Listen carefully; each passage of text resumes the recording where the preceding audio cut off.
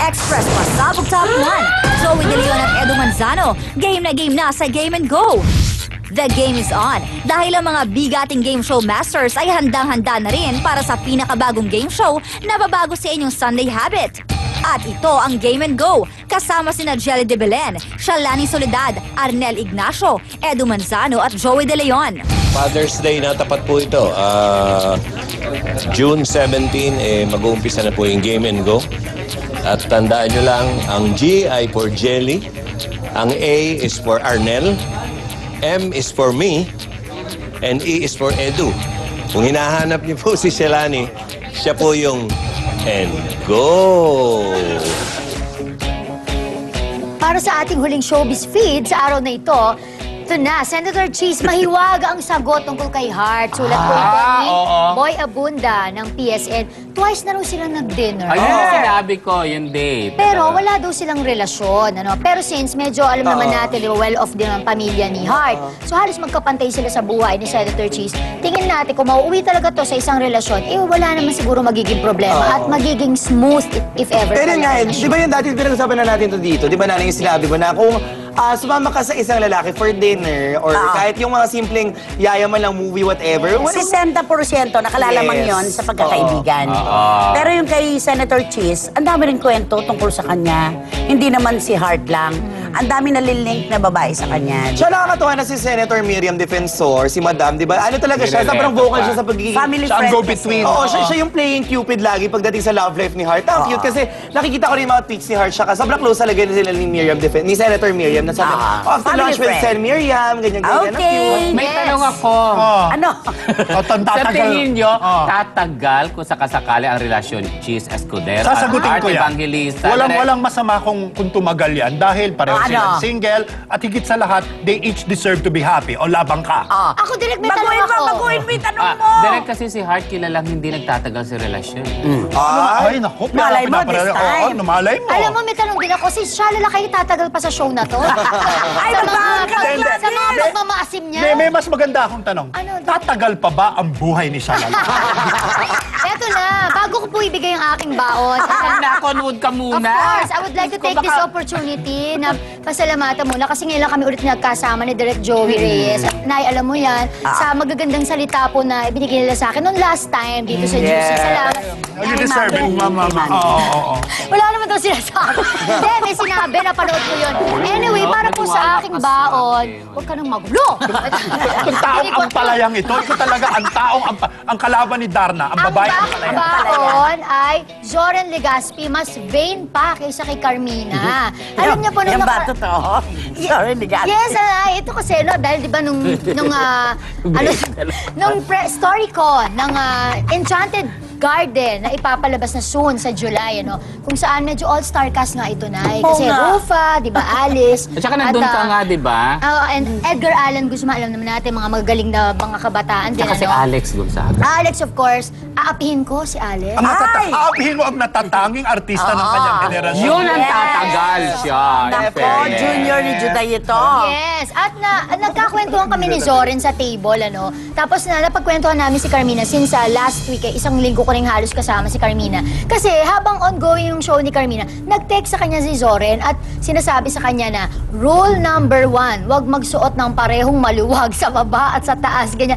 Kasi yung outfit ni Carmina ng mga oras na yon, medyo, sabi ni Zoren, hindi flattering na makita sa TV. So nakakatuwa lang na, sabi kasi ni Carmina, ganun pala siya, hindi siya direktang makapagsabi kay Carmina. Dinadaan niya sa ganun, para rule number 1. Pero mas conscious pala si Zoren kung tutuusin sa kanyang look, sa kanyang, syempre sa belo. Sinusunod naman ni Mina. Yes, Nay, tinatake naman ni Mina yun, pero talagang alam ni Zoren na kung mag-short, dapat short shorts para mukhang mahaba yung legs, wag magsuot ng parehong Parang paluwag. designer si Zoren. Stylist din. Okay, bakit siya na ganyan? Kasi may mga ibang asawa na pag yung mga ibang yung misis sila nagsusot ng maikli, di ba nagagalit? At si Zoren, inaano niya yung pagiging fashionista ni Carmina. Yes, Mas isang inaano araw pa, eh. mas pinupush niya.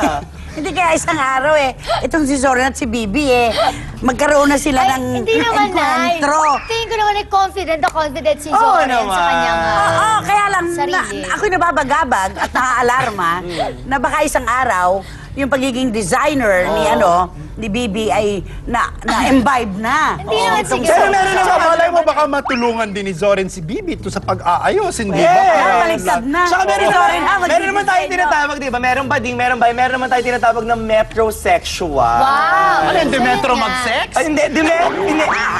Isang metro na lang, bakla na. Hindi, joke Okay, lang. Ito na po ngayon ating blind item mula kay Shalala. Para na LB Torres, syempre pati Tumani Wala Garcia akong and lamin. Tita Norris E. Lloyd Arceo of Marikina City, Warren Encarnacion of Cat Salon, Tita Julie Textor of Copperotti, Zaldi Aquino and Tessa, of course, ng Okay.